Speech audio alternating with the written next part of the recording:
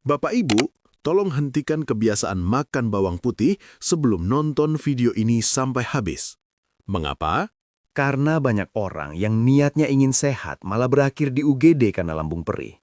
Atau merasa kecewa karena darah tinggi tak kunjung turun, padahal sudah makan berkarung-karung bawang putih.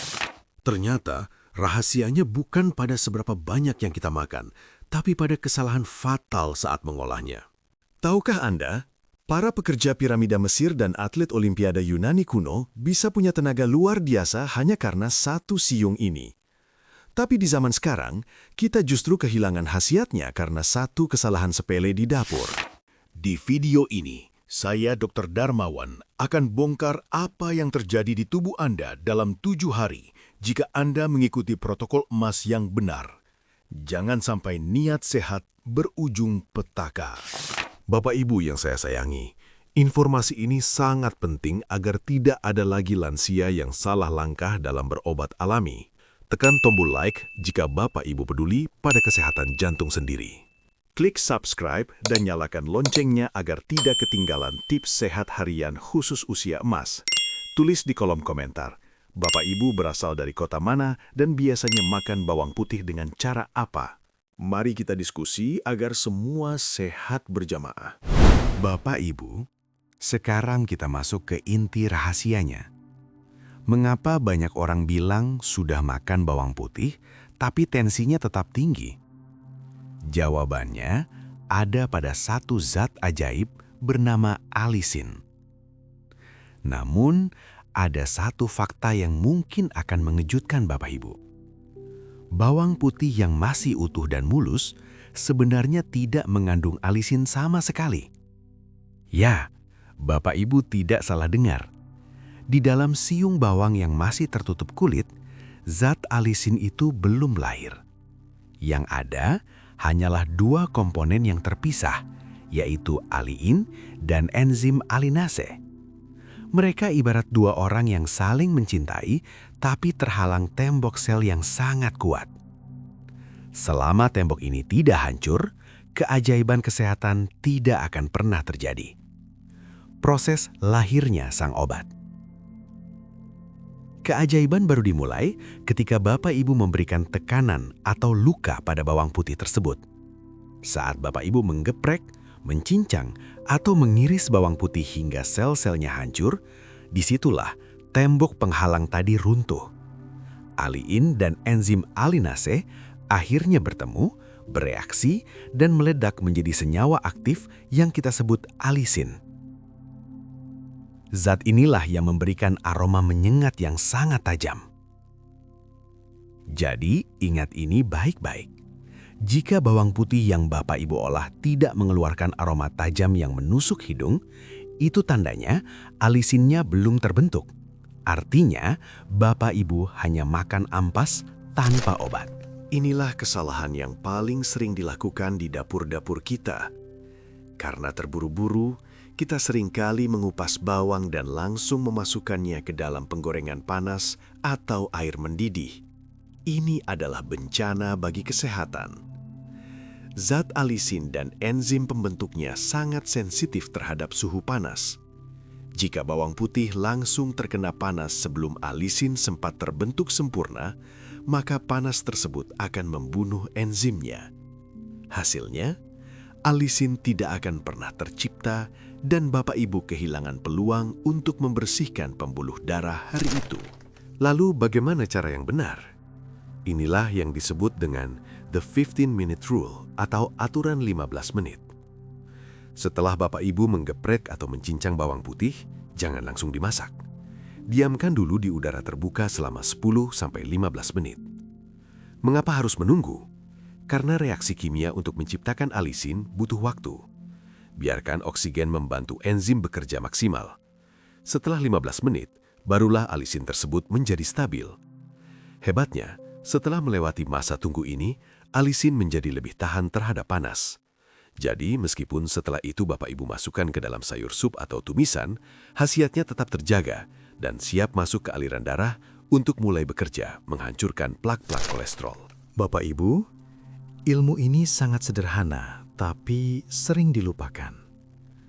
Coba cek di dapur, apakah selama ini cara masaknya sudah benar?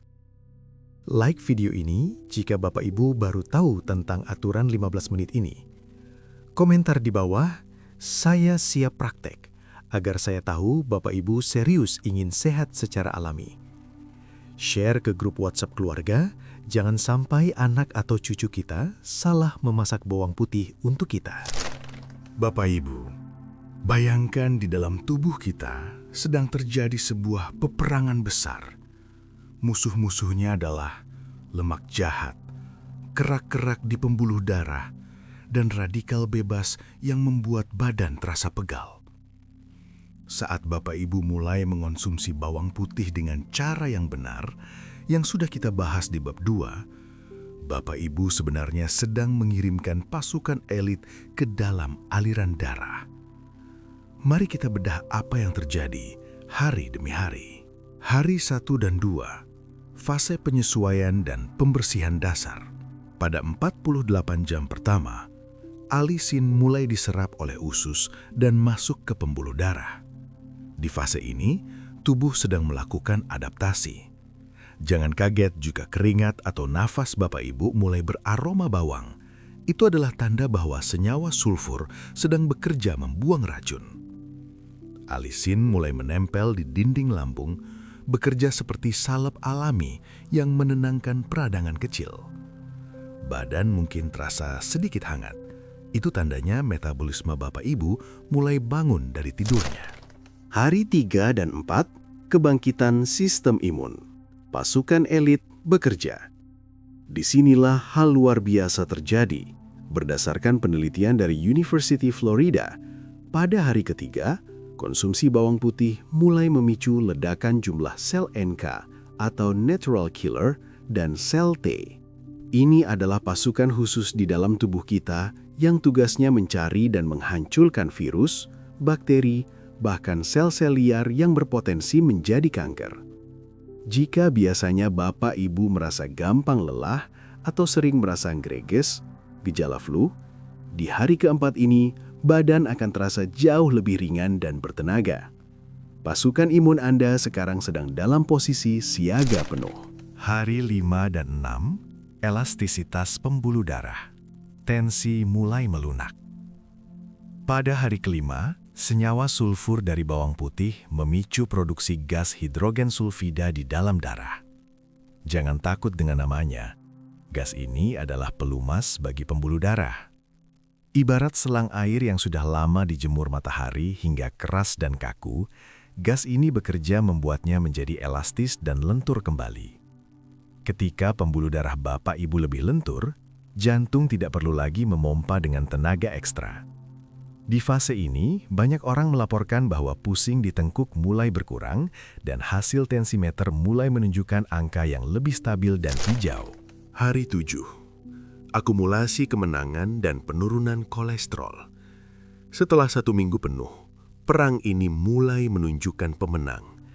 Di hari ke-7, terjadi penurunan pada penanda peradangan kronis di dalam darah. Plak-plak kolesterol jahat LDL yang tadinya menempel keras di dinding pembuluh darah mulai terusik dan pelan-pelan dibersihkan. Peredaran darah ke ujung-ujung jari tangan dan kaki menjadi lebih lancar. Kesemutan yang sering Bapak Ibu rasakan biasanya akan mulai berkurang drastis di tahap ini. Tubuh Bapak Ibu kini berada dalam kondisi siap tempur untuk jangka panjang. Masya Allah, luar biasa ya Bapak Ibu, perjuangan tubuh kita di dalam sana. Klik like jika Bapak Ibu ingin pembuluh darahnya bersih dan lentur kembali seperti masa muda. Komentar di bawah hari ke-7 jika Bapak Ibu siap berkomitmen melakukan tantangan ini selama 1 minggu ke depan. Subscribe sekarang agar Bapak Ibu tidak ketinggalan bab 4 di mana saya akan bandingkan kekuatan bawang putih ini dengan obat medis. Ini fakta yang bikin banyak dokter kaget. Bapak Ibu, mungkin ada yang membatin. Ah, masa cuma bawang putih bisa menandingi obat dari dokter? Saya sangat menghargai sikap kritis Bapak Ibu. Justru karena itulah, di bab 4 ini, saya tidak akan bicara soal mitos.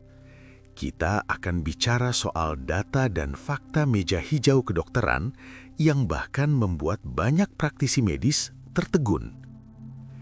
Head to head, bawang putih versus atenolol.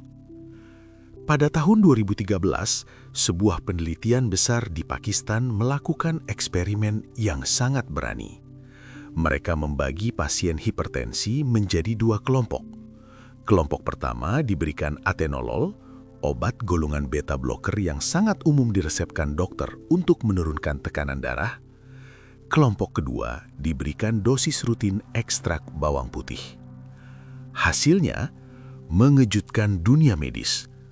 Penurunan tekanan darah sistolik dan diastolik pada kelompok bawang putih ternyata setara dengan mereka yang mengonsumsi atenolol dosis rendah. Artinya, daya kerja senyawa sulfur dalam bawang putih memiliki daya kerja mekanis yang hampir sama dengan obat kimia dalam membuat pembuluh darah lebih rileks. Namun, ada satu perbedaan besar.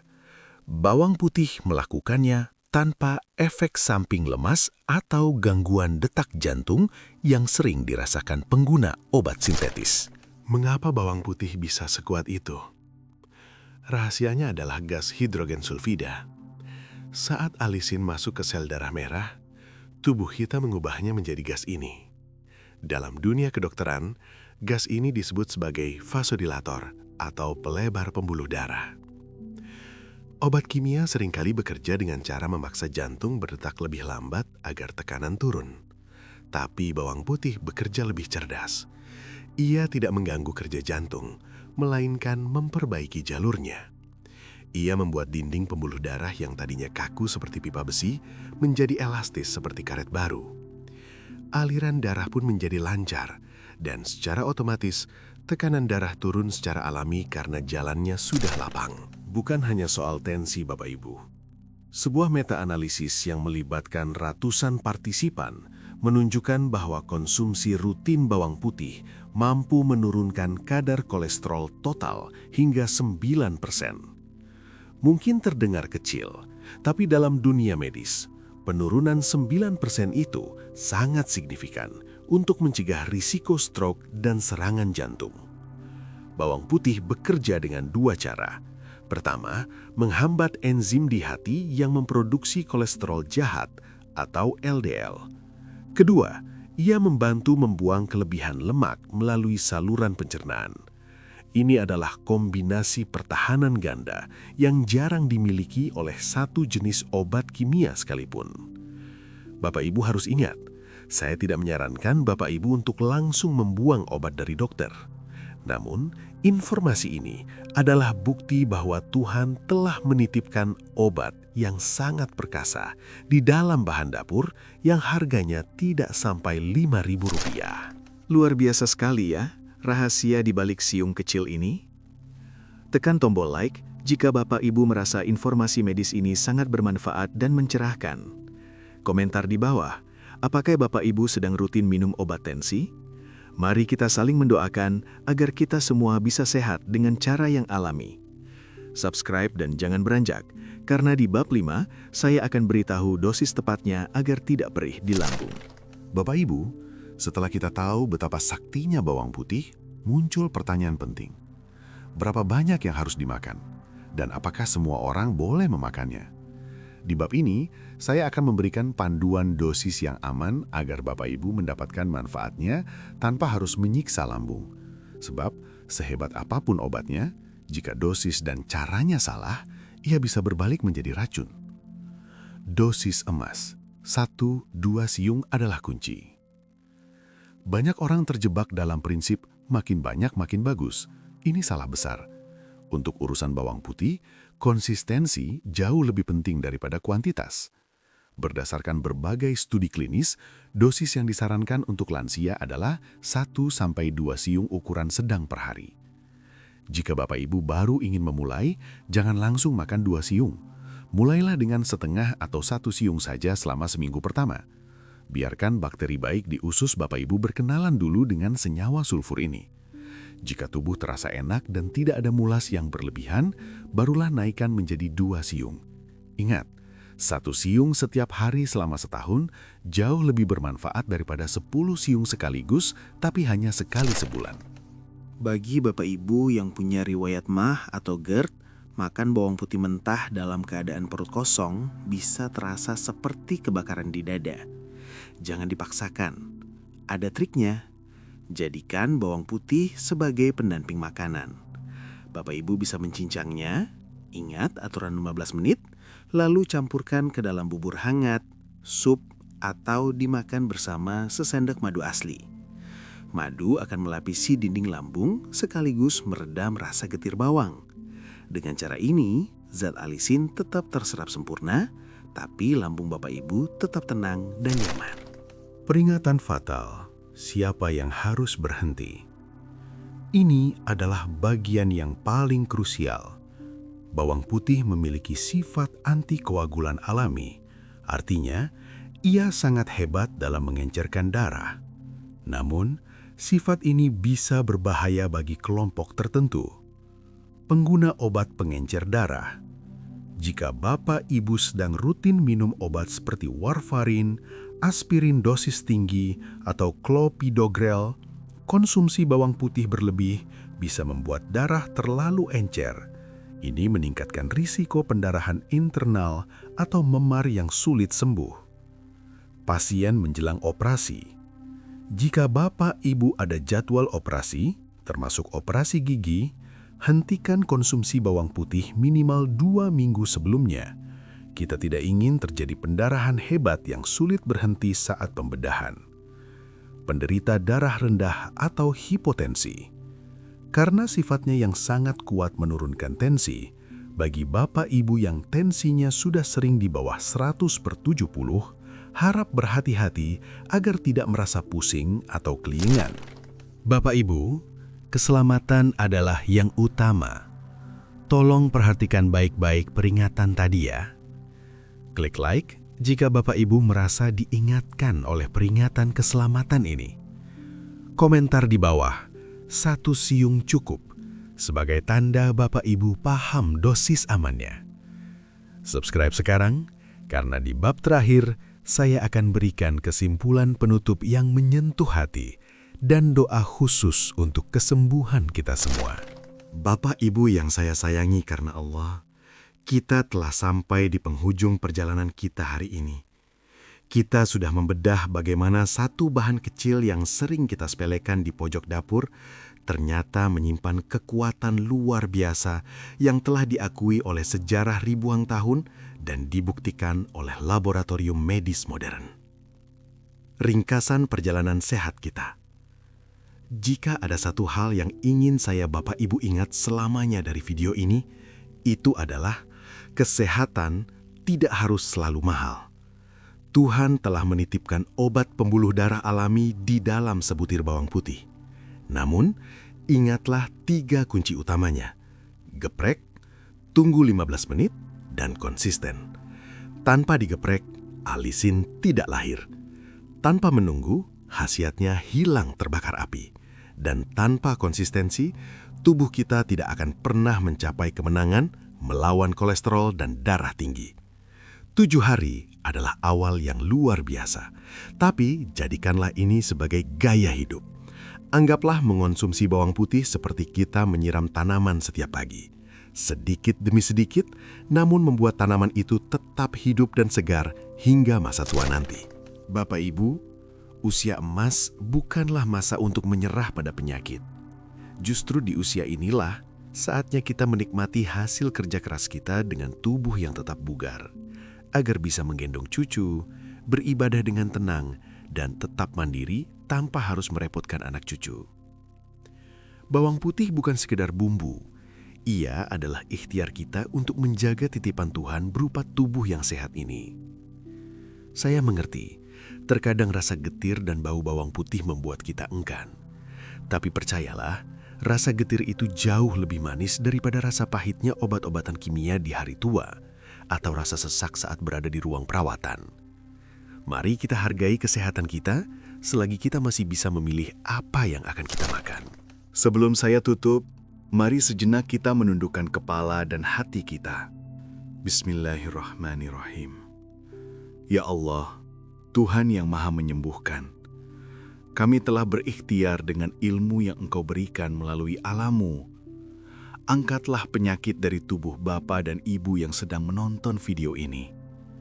Berikanlah kekuatan pada jantung mereka, bersihkanlah aliran darah mereka, dan luruhkanlah segala rasa sakit yang sedang mereka rasakan. Ya Allah, jadikanlah sisa usia kami sebagai usia yang berkah, usia yang sehat untuk terus beribadah, dan usia yang bahagia bersama keluarga tercinta.